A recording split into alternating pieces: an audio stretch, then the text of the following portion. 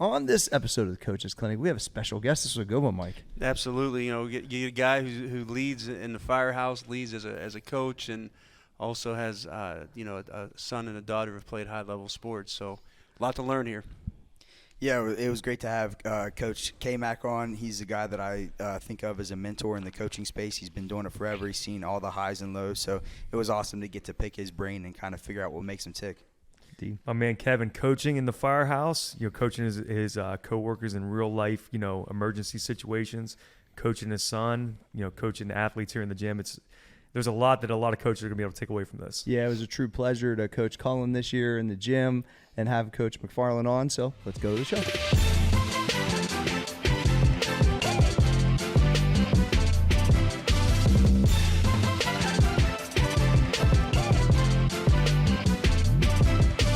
Coaches Clinic podcast. We're back. I'm your boy Corey G, Mike Deegan, Tyler Treadway, Coach Dustin Myers, and we have a special guest, Coach Kevin McFarland. 23 years fire service, right? Yep. And over 20 years coaching baseball, and old school gym member at least. Maybe a decade. Yeah, at least close. a decade. And listens to the show. Absolutely. And coaches with Donnie Schoen, which is a OG. So, I think we got a lot of things to chop up today. First off, you've been listening to all the episodes, so that's pretty cool. So we appreciate that, Kevin. Second off, I know you got some game to offer to the listeners, so we'll get right rolling. Mike, I know you got something for this guy right out the gate. Yeah, tell us what it's like. Trying to balance all this, having a full-time, demanding job and also coaching at the high school level. So what's that like for you? It's living basically two different lives. Mm-hmm. So at the firehouse, you go in every day, you have your set routine. Coaching baseball with young players has helped in the fire service, especially dealing with younger people. But there you live with who you coach. So if I have to get on you in the morning or something happens, I have to do my job in discipline, which I hate. I'd just rather do my job and go fight fire and do things. But then I got to eat 2 meals with you. I got to sleep in the same room with you. I got to work out with you. So it's challenging. And then coming into the coaching aspect, for me, it's a getaway. I love it. I love the game, love being around the game my whole life. Was lucky to be on some great teams and some different things, but just having that to get away from what you see every day in the emergency services versus coaching. Mm-hmm. When did you know you wanted to be a coach, Kevin? I don't know. We were talking about it earlier when I did hitting lessons in college. Yeah. Coach Fishball up at Otterbein was really cool and got us in at Grand Slam teaching hitting lessons. And I enjoyed it. It was fun. And then Donnie asked me, I was coaching Little League. I was just helping Cullen's teams, things like that. Yeah. He came to me and he's like, what are you doing down here? He's like, why don't you come help me? He promoted you up. And from then it was game on. I was honored, and it's been awesome to be around it. So you've really coached your entire adult life. And I think a lot of people listening to this episode, do both. Yeah. A lot of them aren't full-time coaches like Mike or like some of us. So it's like they're doing another job and they're coaching and they're just as passionate, so that's I think that balance is a great question to start. Yeah, and my salary has never changed. There's a love. Zero still equals zero. Doubles every year, right? Yeah. Nah, I think, Kevin, what's cool is having you be a staple at the gym this long, watching Cullen grow up, seeing him move on to play college ball.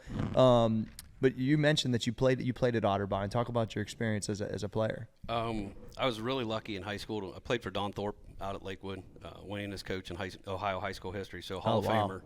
You're going to find I got lucky, and the trend of coaches I've been around are all Hall of Fame guys. And so played for him. We won 2 state titles my junior and senior year, went back-to-back. Didn't lose many games, obviously being that good, but was a very small part of that team, and I got lucky to go to Otterbein. Played at Otterbein. Came in, recruited as a second baseman, but I tell kids all the time, just hit the ball, they'll find somewhere for you to play. Yeah. And I basically became a utility player. Started as a DH and then ended up settling out in right field. I love utility guys because they're just grimy, right, Mike? I know That's you've right. had guys like that. You just to put them anywhere. Oh, yeah. I had more shit in my bag. I had an outfield glove, an infield glove. I had catcher's gear. I just had all kinds of stuff and was lucky. Played for Fishball there, who was a Hall of Famer. Yeah. And then now coaching with Donnie. But playing, I was your average. I call myself an overachiever. Yeah. Got lucky, played a lot of games.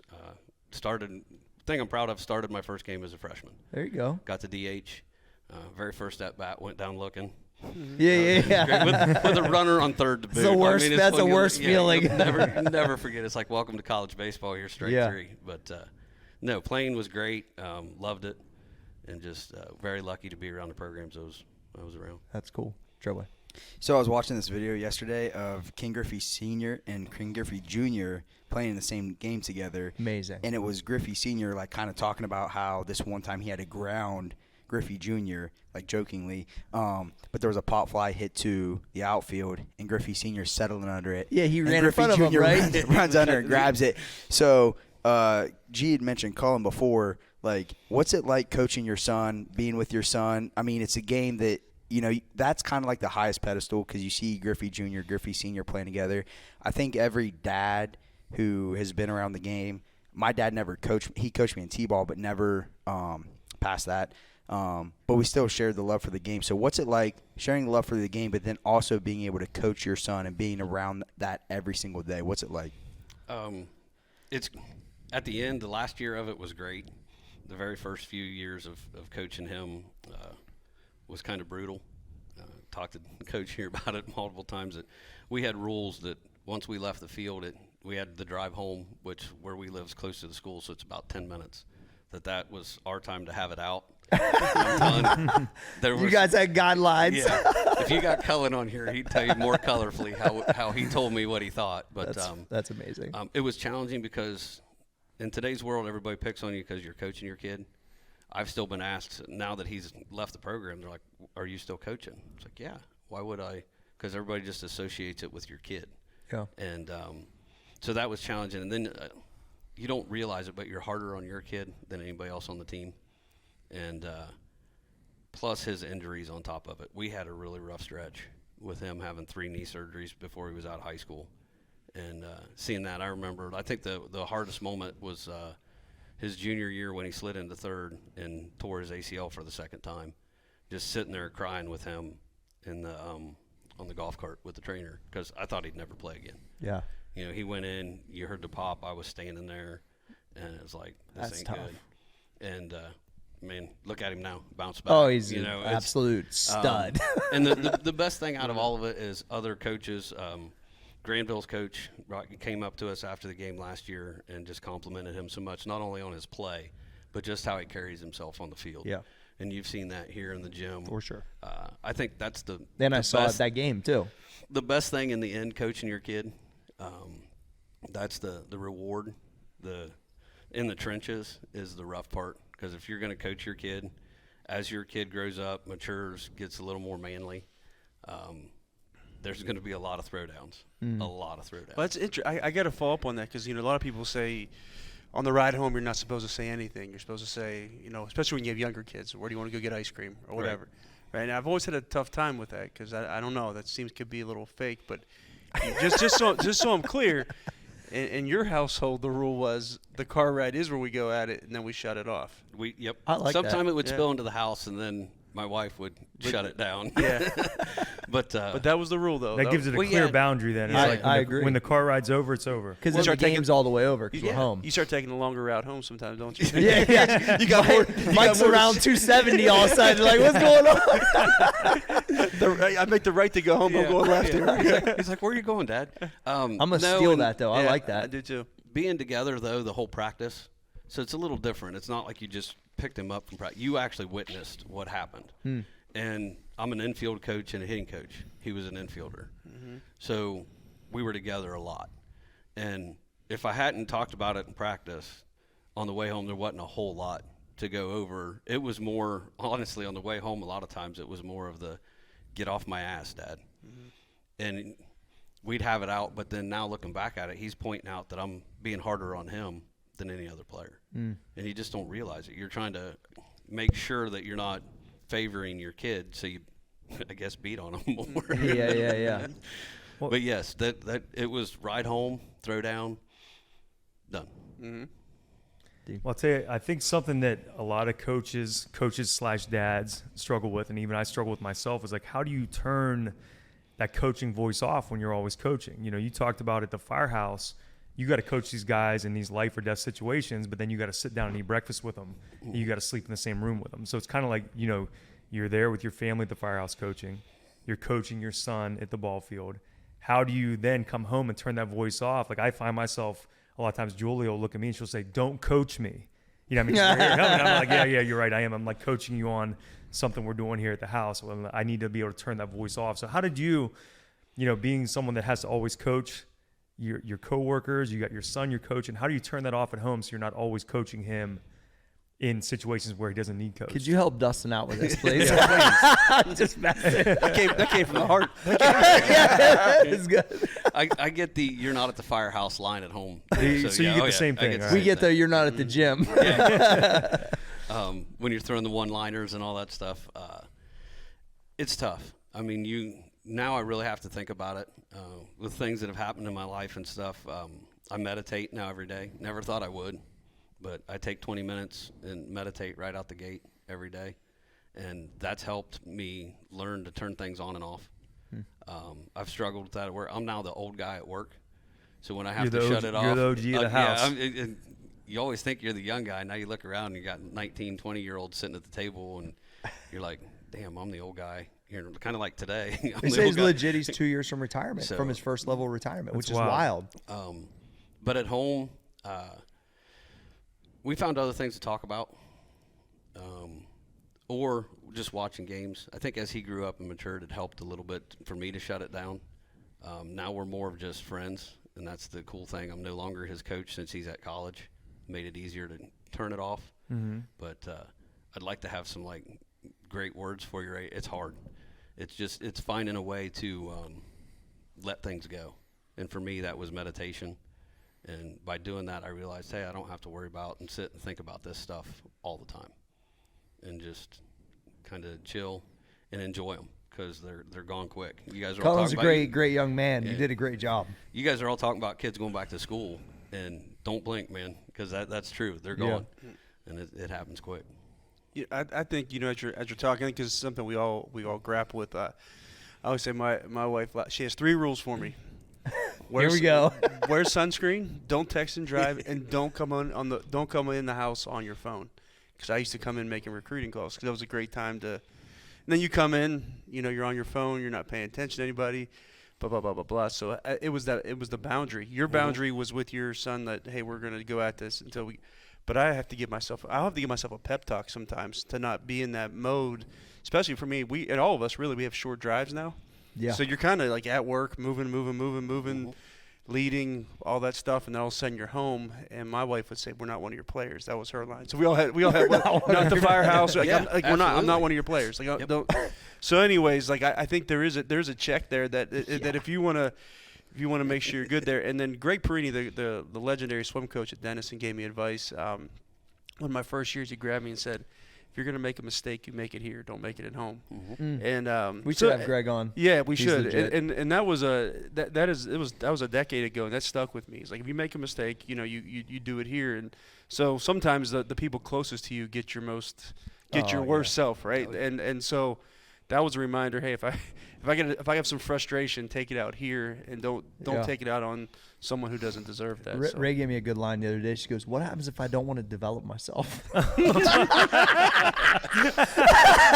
know, because I'm always like, "Well, you should do this or this." She looked at me. She goes, "I don't want to develop myself." You're like, I was like, yeah. See ya. Yeah, what the fuck I'm going to say back to that? But it was the same type of check. Julie's kind of fed me something similar to that. Talking about working out. She doesn't want to train. She just wants to exercise. Yeah. There's a difference. She's like, I just want to maintain. I just want to work out and I want to sweat. I'm like, all right. Yeah. She don't need something progressive and structured. Not at all. That's fine. Is it? Joel, if you're listening, that's perfectly fine. I'm just glad you like. Well, they're done. They're done with us, so they ain't listening to D. So we don't worry about it. That's cool. What? Talk about So now Cullen's on to college. He's going to play JUCO ball, and just from I guess the end of the season, which he did really well, into this spot. Obviously, I got to see him a lot here at the gym, which was a pleasure. How have you have you just been enjoying? Have you been trying to coach him at all? Has it been just you're kind of how have you operated in this last few months? And then, then as he comes home, how is that going to go? This is more life coaching now. Yeah. The baseball stuff, I think the cool thing about it is now we're just talking. Like he called the other day, hey, I hit a bomb, during fall ball. It's like cool, and just doing that stuff. It's more of coaching that. But at the end of the season, everything went by kind of with a blur. Yeah. Because he has a twin sister, so dealing with all that with graduation and everything. But then it was just fun to sit back and watch him develop this summer. He filled in on a couple summer ball teams. He played all right. I mean, it's summer. It's a little different. He got his reps. I think he's bought into the same thing that I do with summer ball, that it's more about development. Yeah. I can care less how many games your summer team wins. Go get your reps. You just talked about it, and mentioning your trip in the last podcast, I believe, about reps, repetition, getting all that stuff done. So he developed on the mound a little bit and playing, but in here in the weight room, he blew up. I mean, he dove into it, was here every day, came in a couple times with the 4 a.m. crew, just blew up, and he's loving it. He had bands delivered to the house the other day that he drove all the way home. Well, and he's healthy again. Yeah, you say he's had some severe knee problems over the years, and the kid's actually feels good, which is amazing. He's healthy. He's up there. So now it's more of just developing. You kind of hinted on it there, but I've told him over and over again that every new chapter of your life is going to require a different version of you. So if you want to get better, you've got to change. You got to develop. It's developing at home, right. Changing, like with your question you asked, I'm changing there, getting better every day. At the firehouse, I have to change and develop because of who's in there. You can't just talk to somebody the same way you did 10, 15 years ago now. Yeah. So kind of coaching him on that. It's his first time living away from home on his own, so coaching him. Hope he does better than I did. Yeah. I flash back to what I did, and then I'm like, oh God. We all just got a picture in our minds. I watched every one of you guys. I watched Coach go. That first. I hope you can see the one I just saw of you living in our first apartment in Columbus. Eating ice cream in front of the fan. Yeah, I came home from class like the first day, and it was probably like 90 degrees in our apartment. We had it over on there on 12th Avenue. And I walk in, and G has the box fan sitting on the table, and he has a gallon, like the old generic plastic gallon jugs of chocolate ice cream, and he's just eating right out of it. I'm like, dude, what are you doing? He said, when I was at home, my mom wouldn't let me eat out of the ice cream container, so I do it now. Every day. Get out of my way. I got 40s. I got this. It's a wrap. Probably chain smoking Newports. Yeah, I was a train wreck, but I got it together about 6 months later. Started my own business. That's quick. Yeah.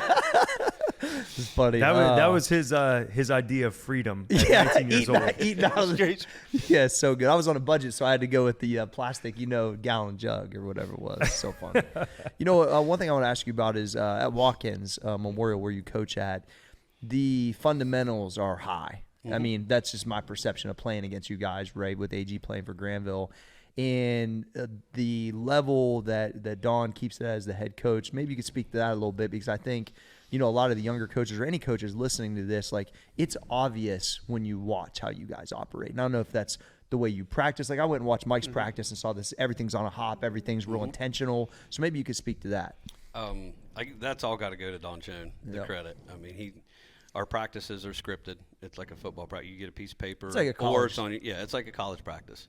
And he's always studying the game. Probably 4 or 5 times a day, I'll get a text of a different video or something from him of different techniques. We do, for our infielders, the Ron Washington, a lot of that fielding, we do that every day. And we just hammer that in. And I guess, he preaches, and the whole coaching staff's on the same page. He's done a great job of picking everybody that coaches there, that everybody sings the same song. Yep. So you can go in and ask me a question. I'm going to give you the answer. You ask the other coach, he's going to give you the same answer. That's a really underrated factor right there. Yes, you have to have that, because you're going to lose a kid's trust if the head coach is saying one thing and then I'm over here going, no, you don't have to do that. Yeah. You're just not going to build a quality program. You just dropped some gems out your pocket right there. I tell you, that's what Tom Ryan always preached to us. In the coaching room at OSU, he'd say one voice. He said one voice. He said we can argue and fight in here. He said, but when we go out of this room, there's one voice. I like that. And you better agree with Tom Ryan. Yeah. Tom Ryan. Yeah, I ain't trying to mess with Tom Ryan. Yeah. He does. We do a lot of classroom stuff with him too. Kids anymore just don't know the game. They don't watch baseball. You tell, if you gave somebody a test and you said on this play where are you supposed to throw the ball, I mean, it ain't happening. I just don't know that kids are sitting down watching games for 4 hours like they did when we were our age. No it's just way. not, the attention span is not the same. Yeah. They'll scroll through the Instagram highlights or whatever. They're still getting that, but it's not the idea of someone sitting down at 7:04 for the 7:05 game, and no way. If Jake DeGrom's throwing, AG will be like, "Hey, Dad, what are you doing tonight?" Let's get you in. know what I mean? Yeah. We'll watch a few innings, but I mean that's pretty rare. And he loves pitching, but it has to be a certain. He's not just going to watch the Buccos and Reds Right. for no reason. You know what I mean? Mm-hmm. I wonder if, because of that, if kids maybe understand the game less than they used to. Because you think, like, back in the day, I didn't watch baseball growing up, but, like, let's say you I would watch it, like, multiple times a week, full games. and you probably watch the full game, so Yep. think all that time in between the action you have to actually think and digest about what's going on. Yeah, I think my situational understanding of the game early was pretty high because of that. Yeah. Now they get it, like Andon has it from football, but it's from video games. And he will watch a football game, which is a lot. I guess, like, there's more action going on and it's not as long. So he still watches and consumes the game more than AG did, I guess, from a baseball standpoint. But the video games help a lot of the kids out too, which is I've heard interesting. Well, it's just kind of crazy to think, but it's probably the But reality it of is, the running plays and stuff, yeah. No, I think two things. One, we've almost changed the way we structure practices now, where it's really about situational awareness. Yeah. Because everybody has a hitting coach, everybody has a pitching coach, everybody has a, they have all these specialization, but the actual how to play the game is a little bit lacking.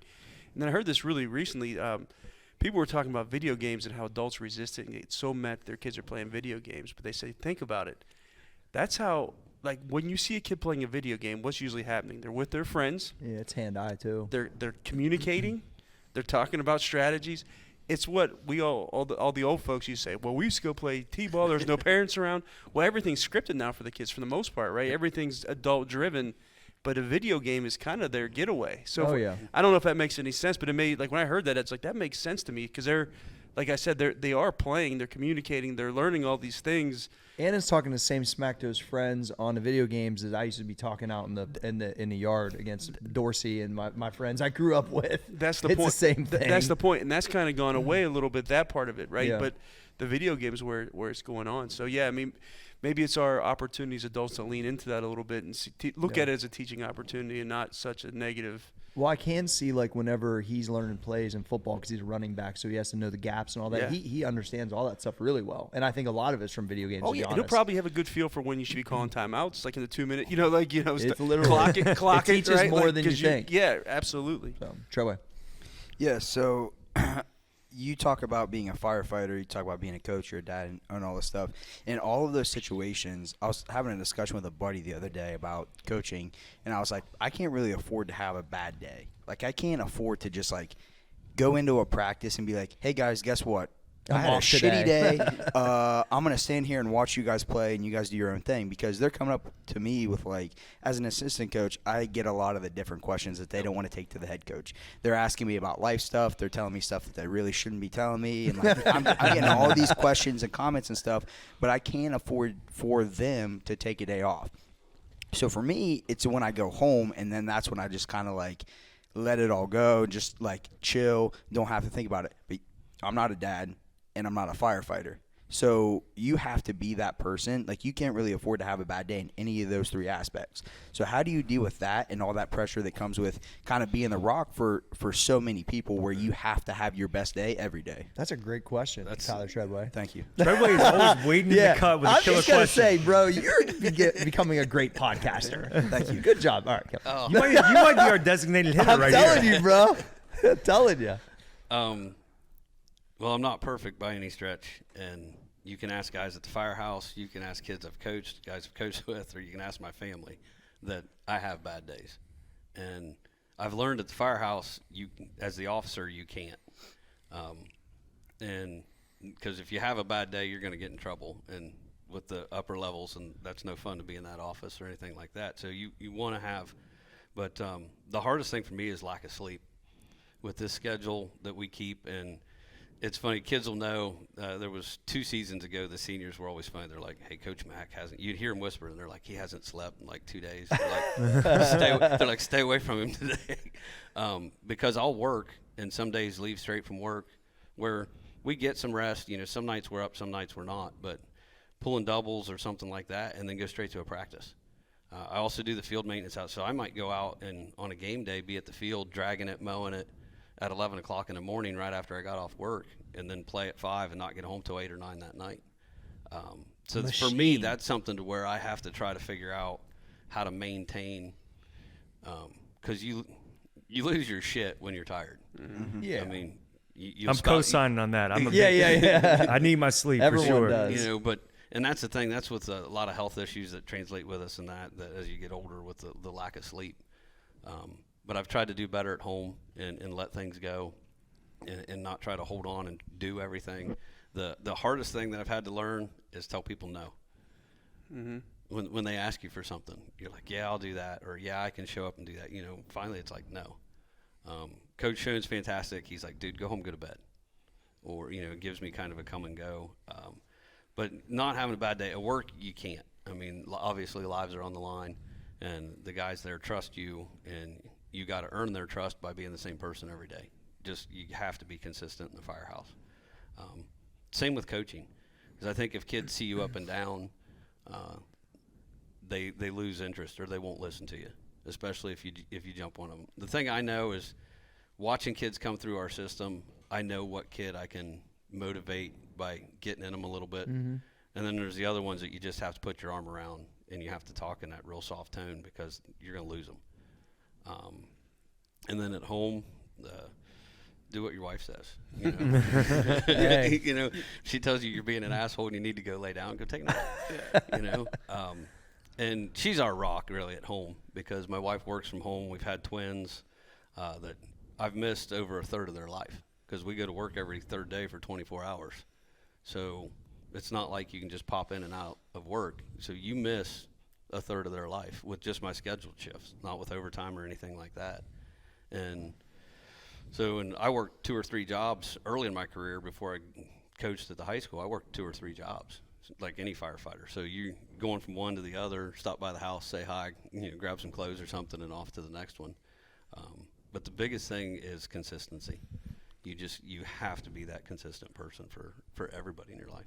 And I can't speak to firefighting, but I'll say this, Tread, as I've gotten older, we're human as coaches. I think it's important to point this out. Like, I would agree with everything you're saying. Consistency, trying to be the same person, but you're also human, and life happens, right? So what a thing I've done recently, and this is a little bit with age and experience. I don't know if you can pull it off when you're younger, but I'll just tell our guys, hey, look, I've had a crappy day, man. It's been shit. Like, this has happened, this has happened, this has happened. And this is the only thing I'm looking forward to today. And it's amazing. They might bring it up when they hear that, though. It's amazing. Yeah. It's amazing. They'll go, gotcha, coach. Instead of back in the day, you go over there and kick buckets and you're mad. Yeah. You take it out on them. You take it out on them. I just say, hey, I don't know what it is, guys. I don't feel right today. I'm off. I'm going to need you guys today. I'm really going to need you. Just some transparency. And sometimes that I don't know what that is, but that's kind of, now you can't use it every day. You can't. You can't. But I do think it's okay to lean into the fact that you are human, that there are emotions that come up. Life does happen. It does get in the way, and you can't just be this robot that goes in there and tries to shut it off. Because sometimes you think you are trying to do all that, but all that baggage is still coming with you. So I would just say, don't be afraid to be vulnerable and share some of those things every now and then, and you'll be surprised. If you have the room, the people will tend to pick you up. Yeah, that's good. That's good. I've done that, I think, here at work a few times here and there. Just be like, yo, I'm gassed. Yeah, I don't you know what I mean? it, Like, I need y'all to, come up with some this, that, or whatever, which obviously, like, the group at Max Effort is already so strong, but I'm the leader essentially. Yeah. But there's like, I think especially like Treadway worked out with me, but didn't work with me every day. Right. So he's seeing the stuff in the gym and then what's on IG, which now he's helping me with. But the reality is now he gets to see every day, ups, downs, good, bad, business. Like, and so, when we were talking, I'm like, yeah, man, like it just can't be like that every day. I it's can't just sustain not there. from 4 a.m. to 5 o'clock Yeah, it every just day. doesn't work that way all the time. I'm a machine, certifiable, but at the end of the day, there is all that, and I think being transparent with whatever group you're leading is important sometimes. But yeah, you can't be whining at him every day. No. That's why I was almost hesitant to say it. No, but I think that's I think you can just you can feel it in the people and sometimes the people that follow us or however you want to we coach, sometimes they do see us as like superhuman and they don't understand, and you're like, no, and for them to see a little bit of that, I think that's inspiring in its own way, and it's empowering to go, you know what, I'm picking up your IG today or whatever. Like I'm gonna run with this. Let me go. I don't think a little vulnerability is ever bad. No. Well, I mean, along those same lines, man, my workout yesterday with Matt and Clay, like we're doing these like hard like ISO holds before we sprint. You know, I kind of put them through it, and like I'm helping Matt with his hip positioning. So I'm like, you got to have your hip extended, blah blah. Well, then it's my turn to do it, and he was like, why isn't your hip extended? I said, well, dude, I need coach too. Yeah. You know what I mean? Like, don't think just because I know doesn't mean that like I don't need help like pointing out when I'm not in good position. Mm-hmm. You know, it's like they think that I'm going to do everything right. I'm no different than they are. Yeah. Actually, I'm probably less. Well, and you can't see yourself. No, I'm trying. It feels like I'm in the right position, but I'm not. You know. Yeah. I like how Matt Brown's calling you out, saying, "You better get your hips together." Well, he said it like he was disgusted with me too. I'm always like, this dude is so tough. I walk through the gym and I'm just like, I shake my head almost every time and go, he could just beat everyone up so easy. Yeah, he's a scary dude. But he's awesome and super nice. He's so awesome. But it was funny, you know. We did these 800-meter tempo runs yesterday, so they weren't like max effort, but they were tough. You know, it was basically like you had 3 minutes to run an 800, then you had 3 minutes in between, so just like a 1-to-1 recovery. And we were just supposed to run in a pack. I was like, all right, there's not gonna be any winners. I was like, because we're not gonna beat Clay anyway. Yeah. I was like, we're all just gonna run in the pack. So, but the third one, he couldn't hang with me and Clay. He was back a little ways, and we got to the end, and he just kind of, he was maybe 10 or 12 seconds behind us. And I could tell like he was trying not to be mad, but he's mad. And Clay just kind of went over to him and was like, hey, good job, man. He looks at Clay, he goes, so when are you going to come to my gym so we can spar? The tough guy always has to go there. And then Clay was just kind of like, oh, he's like, well, I'll come wrestle with you. He's like, nah, he's like, we need to spar. He's like, D, he's like, we're going to spar again soon. He's like, it's been about 10 years. Yeah. I said, well, Matt, what I've showed you today is I can just outrun you. Yeah, you know what I mean? Like, yeah. if you want to fight me, I'm just going to run from you. You're like that one time 10 years ago was That was plenty enough for me. enough. Yeah, I sparred him once. I don't ever need to spar him again. It was terrifying. Wait. So was he being serious? I mean, was it? I mean, he was joking, but no, he was serious. Yeah. I mean, I think everything he says is serious to a degree. I would agree with that. Yeah, he's one of those guys like, he's amazing to be around, but you got to learn how to take him because, his undertone is always serious. He's a fucking serious bad dude. Yeah. Like, I think he knows in his mind he was kind of joking because he knows we just beat him on that thing, even though there wasn't really supposed to be a winner or a loser. But he was also serious. And if you didn't know him, you would think, like, all right, I'm terrified right now because this guy wants to kill me. He wants to kill me. Yeah. That's the vibe that he gives off. So good. That's so good. Where are we going next, Mike? What do you think? No, I just want to make a comment because I think this is the timing is relevant for all this because our first-year athletes are coming in and returning players for that matter, and your son's off to college. You said something that I thought was really, really cool. So I'm going back a little bit here, but you said now I'm more coaching life skills than baseball. I don't know when that moment comes as a parent, but at some point that has to switch to that. I always say for me, I grew up, it was sports first, school second in my house. That's like how it was. But once I got to college, my dad got he got hands off. We never talked about baseball from that moment forward. And I would be remiss if I didn't mention this because so many parents, I think, get that twisted. They get that mixed up. When your kid gets in a very competitive environment, and it can be whenever, like that'll be different lines for different people, but a lot of it in my world is college. And you just have to understand that your son's in a fight day to day to day. Like, so if you call him after every practice and go, how'd it go? Right. Like, that's going to drive them absolutely insane. Good advice. Because we know It just puts so much more added pressure on them. think about the wrestling room. Like, how'd you do in this in the wrestle off or what? Like, just let it go, right? Because they have to show up every day. Like, for them, it's leaning into those things they can control. It's getting up, right? It's eating well. It's your workouts. It's how did you handle yourself in the meeting? Like, those are things. But he's going to have 0 for 5s. He's going to have 0 for 10s, 15s. Oh, yeah. He's going to have days where he doesn't play. And if you're there, he can hear in your voice if you're saying, well, what happened? Like, why didn't you get to play more? Like, that just starts making it crazier. So I think at some point you have to realize that they're in a very, very competitive environment. and you're just there to support and maybe laugh and ask about how school's going, and they meet any new friends, how are the girls, whatever, right? Like, because I think everyone should know that that's a pretty intense environment, and D can relate to the Ohio State wrestling room, like all those things. Like, if you're calling and wanting daily check-ins, and now we'll see it. We'll see guys leave practice and pick up their phone and call home, and I'm like, oh gosh. Oh, really? Because even if it's good news, because what you think is good, you go, hey, he went 3 for 4 today, but we're going, you know what? Like, one of them was a little fart over the shortstop's head. That doesn't even enter our mind in our evaluation. And you're reporting things that don't even matter. But, yeah, you'll see. Well, if they're giving that report, too, then that's going to create that expectation with the parent that every day is going to be good like that. And then they're going to want to know tomorrow. And when you don't play, then it's like, wait a minute, you told me you're 3 for 4. Right.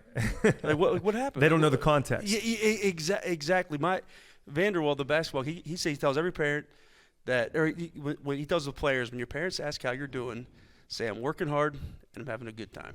That's it. Don't say anything more, because you're going to put expectations that aren't necessarily realistic in things. So, anyways, I commend you for switching that, because it's really hard for people to do, especially people who have coached their kids, are very involved, that want to help.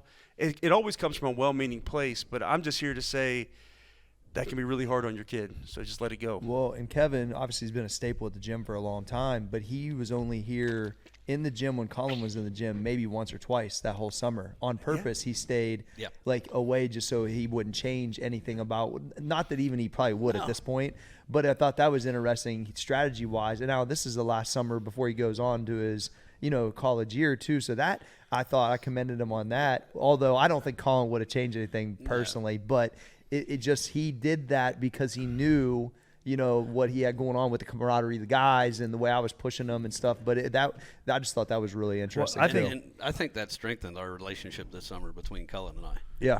I was just going to say, I think that's the hallmark of a strong coach, too, to recognize that, hey, this is his strength coach's area of expertise. Mm-hmm. I trust Corey. I know that Corey's going to do what he needs to do. I don't need to interject, even though you've been in the gym forever. You know how to lift weights. You don't need to kind of put your 2 cents on what your son's doing because you're with a coach that you trust. Right. And I think that's what good coaches do. They can, you don't need to overcoach in other areas. Yeah. I noticed, D, with even some of the kids you work with, from afar, just observing, when their dads come in or moms come in, it changes them a little bit. For sure. Because sometimes and parents want to help. They're like, no, look, he said do this. And I think you have to trust the coach maybe sees that and doesn't want to correct it this time. Yeah. You know what I mean? Sometimes as a coach, you're going, all right, I see it, but that's not even. Yeah. But sometimes it's something that's not even worth mentioning. You know what I mean? Yeah. If it's not something that's detrimental, I'm not going to harp on about something that doesn't matter. Yeah, and mom or dad will come in and see it and want to correct them, and you're like, that's actually cool. But there is a different dynamic sometimes. I've noticed that when they're out, they go get their coffee or whatever, then they come back and they're super intense and wondering, and it's like, all right, let the guy Just about any time a parent, especially like a dad who maybe he was a good wrestler back in the day, or a guy that's still fit or whatever, when he tries to give me some 2 cents or say, hey, well, I saw this, or what do you think about this? I just always tell him, hey, there's a million different ways to do things, and my way is not the only way, but my way works. Yeah. So there you go. Your kid's here with me, so we're going to do it my way. Yeah. I did that with Cullen growing up. We got rings in high school for those championships. My dad was the one when Cullen had finally started playing ball. I don't know, he was 7 or 8. And that told him, he's like, well, have you seen your dad's rings? And he came home from being at Grandpa's house. He's like, hey, where's your, like, they're in the safe. Yeah. And I don't even have them out. It's one of those things where, okay, it was great. It's memories that I have, but you're playing, not me. I was lucky enough to play and have some fun, but now it's him. And I think a lot of parents lose that too. They either try to relive what they had or didn't have, through their kid. And now when he calls home, it's just fun to hear in his voice that I can tell he's having fun. Yeah. Whether he's giving me updates on how he did. Yeah. But we both know the game well enough, Cullen and I, that you're going to have that 0 for 15 or you're going to have that 1 for 15 stretch. And then even as a coach, I'm not coaching hitting. I'm coaching his mental status. Because going through a slump sucks. I mean, it's terrible. And the more you think about it, the worse you get. It's like, oh, man, I'm going to miss this ball. If you start thinking that, you're going to miss the ball. And just working with him in that aspect is about the only thing we'll even talk about. Trevor. Yeah, it's been good to hear because nothing that you ever say is like, yeah, I pushed my kid to do this. But you always, in the back of your head, kind of wanted it for him, but you had to let him go out and do it himself. And now he wants it, and I think that kind of helps your bond grow stronger because now that he's, like, going after that. So how was that, like, you didn't want to push him too far, but you knew that you wanted to put him on the right path to, like, get to where he's going. So I have a lot of guys at the high school level that aren't really, like, where they need to be, but they're kind of on the right path. So how do you kind of, like, when he starts to stray a little bit, kind of give him that nudge without being that overprotective dad? Now with us, he's been around the firehouse enough. I can use firehouse humor with him and just be like, hey, dumbass, what are you doing? And he'll catch up on it. Usually he'll fire back with about 8 other lines, and we have a good little, banter back and forth. But that's the easy part now. When I did it when he was younger, and same with his sister, when she started, working hard for volleyball, comes to the gym and that stuff, when they started showing interest is when you realized you could push. And when they were doing it on their own, when I noticed, Kylie will come to the gym at night, 7, 8 o'clock on her own. Cullen would come to the gym on his own. He would walk up when we were in the old building. We used to live right behind it, which was great because before they could drive, they either walked up or rode their bike up to the gym. That's cool. And he even worked in it for a while. When he really started buying into that, okay, now I can push. When you see that they're doing it on their own, they set up a tee and a net in the backyard, and he's hitting off a tee on his own. Okay, now we can go to the next level. And I think that's one thing I see in our winter camp way too much. People are bringing in kindergartners to a winter camp, and they're wanting them to, like, learn from a hitting lesson, where all I'm wanting to do is the kid to have fun. Here's the ball, make contact. Here it comes. Hit as far as you Yeah, can. hit it as far as you can. Hard, run around, smile, yeah. and once they develop the love for it, then you can push. It's a lot easier to push somebody that wants to do it versus. Well, because then it feels like it's their idea. Yeah. And a lot of times it is. Yeah. Like you said, you come home and he already got the tee out and he's out there hitting. Mm-hmm. It was his idea. Well, now you can go out and coach him, push him a little bit. Yeah, and when he was younger, he played football, biddy football for a year or so, and then was like, hey, I don't want to play anymore.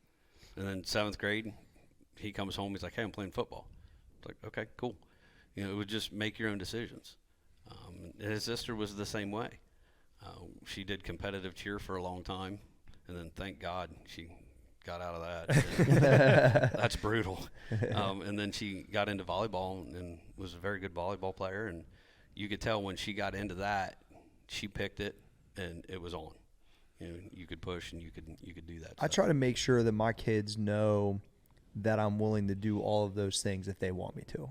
Yeah. Madeline was in a battle for like her, 9th grade volleyball thing. I said, if you need me to hit you serves every night, you got to dig it, I'll do it. I'm going to let you ask me to do it, but I'm actually okay at volleyball, so I can play enough. Me and Dee have done plenty of volleyball stuff. Like, I'd love to help you, and I'd love to. And I'll help right, you. Yeah. We can be here. She's here at the gym a couple days a week now. Like, I know how to make you jump higher. Like, all of those resources are here, and Dad will put the time in. But you have to let me know. And she started to come to me a little bit, right? Same with AG when I walked in and saw him studying spin rate. I said, all right, kid, like, if you really want to take this serious, we'll get you a guy once a week, and then I'll buy full catcher's gear. If I got to catch you, I tried to stay in front of Cullen throwing 88. That was a whole different. I went from a meeting, walked out, no warm up. He was already warmed up. I put the gear on, and he let 86, 87, 88. I couldn't even get in front of it because, AG throws like 80. So I'm like trying to get and I had no warm up. I'm trying to pick it up, and I was struggling. Oh, the video's great. So he good. showed me the video. And so I was good. like, but that's and same with Andon, we started working. He works out with Dustin once a week. He works out with me once a week. We're going to get Coach Deegan's kid in here soon too. And it's like, Andon put a pull-up bar from downstairs up in his room to practice because he wanted to beat his buddy Cooper or Jack on pull-ups. Well, and he's smashing everyone at pull-ups. Yeah, but he was doing them in his room on his own. And so if I see that, so my point is, I think, and that's good to let even kids, I think you coach that aren't your own kids, to know like, hey, I see this in you, and I'm willing to do it, but you're gonna have to come to me. And I think that right there, like that communication. I've tried to, now look, all the kids need pushed at some point. You know what I mean? There's no question. But I think that communication, no matter how old they are, is pretty big. Such an interesting balance, isn't it? Because it's hard. You they need to push, and I think for us, we all have similar backgrounds where now we have resources that we would have killed for as kids. Yes. But it's not. It doesn't matter though. Yeah, like they don't. that's what I would have killed for. Yes. So you kind of hope that they find something that fires them up. But yeah, I mean, in the baseball world, we have access to a lot of really cool things, like for my kids, but they don't really care about that. So Isn't that funny? yeah, it's terrible. It's not there. Yeah. So I think you really have to watch out for that for sure. I want to go back to all the guys that you played for or coached with. Can you pick out, you said this guy's a Hall of Famer, that guy's a Hall of Famer, maybe 1 tip, 2 tips on each guy that you picked up along the way, all the way up to Dawn too. Okay. I just think that'd be good for the coaches to hear. Yeah. Growing up, it was funny. You guys probably all played for the same, like Little League growing up was all dads, and it was the 80s, so they probably had a beer and a cigarette in their hand. Yeah. Coach at third base, so wasn't a whole lot there. But Coach Thorpe was already a legend out at Lakewood when I came through. Had some really good teams, and it was one, we've talked about it. As a player, I was scared to death of him. The guy loved you. He'd pick you up at your house, take you to practice, this and that. But he was an intense military-style team. We would stand in lines in the gym, and everybody would swing the same way. Ted Williams method. I got it. Everybody was the same way, throwing your hands, doing swings, but it worked. We played small ball, and it was 3-hour practices that no kid would go through right now. I mean, they were 3 hours of just brutal drills. Yeah. But I loved it. Like boring, quote unquote. Yeah. I loved the game. One thing that you look back that he did a lot of, we did a ton of situational things in practice. Put outfielders on the bases as runners, or the spare infielder.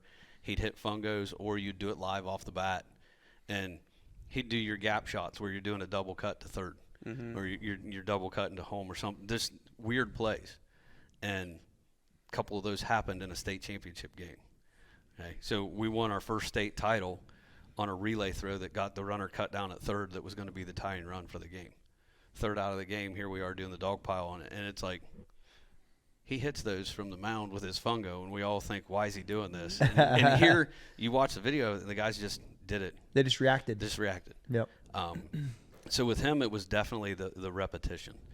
It was the same drill. It was field and ground balls with wood paddles. Now you have the little gloves, the training gloves. He took OSB, put a strap on the back. You had a little circle of OSB on your hand, and you took ground balls with that to work on your hands. Yeah. So that was the thing. There was just a ridiculous amount of reps. And every team I played on there, nobody went D1 out of the players. We had a couple go D2, a bunch of us go D3. Most kids went to work, out of high school. But there wasn't a player on those teams that wouldn't lay down a bunt for a guy, or wouldn't pinch run, or wouldn't do a roll. Mm-hmm. And that was probably the biggest thing player-wise on those teams. That there were a couple stars, so to speak, but everybody played for each other. That's cool.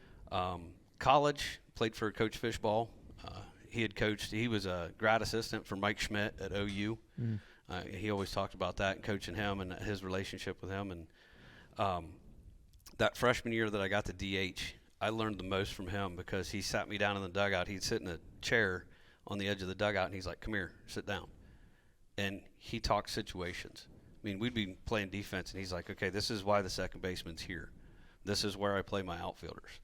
And that's where I first learned about, different, outfield layouts, putting your, right fielder in line with second and third base to take away the gap, give the line, different things. I mean, his knowledge of the game was unreal.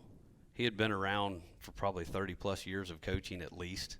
I mean, he was, I think, in his late 60s when I played for him.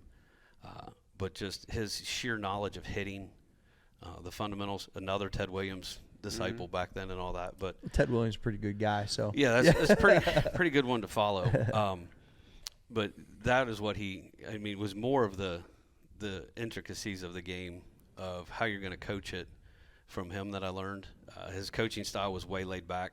Coach Thorpe was one that would yell at you, and we all knew that. We were all fine with it. I mean, it's just, I remember making a mistake and coming off the field once. Fishball just walked up to you, and I was ready for it. I'm like, dude, about to get I'm screamed like, at. rip my ass. Let's go. And he goes, you know what you did? I said, yeah, I did. He goes, all right, don't do it again. Yeah. Turned and went and coached third. I was like, can you come back and yell at me? Yeah. I was waiting for the ass ripping. So with him, it was definitely the game itself. And we had some decent players. The bad thing up there, we had a lot of individuals. We played together one year really well as a team and finished second to a better-known school, I guess, to Marietta. I just had to throw that out to coach there. But then now coaching with Donnie, his knowledge of the game, the biggest thing, how he treats his players.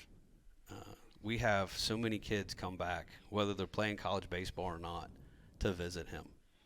You know, at the end of the year last year when kids were done with their first year of college or second year of college, we had 10 alumni in the dugout for our tournament games. That's cool. And he brings them back. He's like, if they're there, he's like, get out of the stands. He's like, go sit in the dugout. And they come in the dugout with us. To see these kids come back, to see how much he cares about them, their futures, the programs he puts together to tell them about college, how it's going to be. He's got slides and things that shows a D1 day, a D2 day, a D3 day, a JUCO day, and does a full presentation on it that if you want to go play, he'll do everything he can to get you there. But also if you want to go get a job or whatever, he'll help you in that aspect also. And I've even recruited. That's pretty awesome. I've even recruited, and I've got 4 or 5 kids now that are in the fire service. I kind of use coaching now, high school baseball, as a recruiting service for the fire department and be like, hey, what are you planning on doing after school? Yeah. But the fact that he's preparing kids like that is unique, I think. Yeah, I think that's, coaching-wise, he's one of the best I've ever been around to coach the game. But his is really the personality and how he cares about these kids and what he does for them that, they come back. That's where it shows. The weddings he gets invited to, the parties, the birthday parties and things like that people ask him to come to, and then just the kids coming back on their own. Nobody making them come back, and they're not coming back to take ground balls. A lot of the kids aren't even playing in college. Yeah. They're just coming back to talk to coach. And that would be his best thing. One more to wrap it up, Treblay. Yeah, I don't have anything else. That was phenomenal. I appreciate you sharing that, the information. Coach and I share a lot of kids at Watkins, so you got 4 or 5 guys that I've got on my soccer team, and those guys come in, and they're just on a different level because of the coaching and the respect, and they're the most polite kids. And I'm like, where do you guys because I'll kind of probe them. I'm like, so what's it like at baseball practice? And they're like, man, those coaches are they get us. They're so nice. They empower us. They do everything that they can to make sure that we succeed. So, yeah, you guys are doing a phenomenal job. Just keep going. Thanks. D? Kevin, man, it's great having you here in the gym. It's been awesome, watching your kids grow up in the gym. And just as a peer and as a friend and as a coach, you are an inspiration to me and everyone else here. So I appreciate you coming on the show. Thanks. Mike? All good, baby. Yeah, no. He knows how I feel.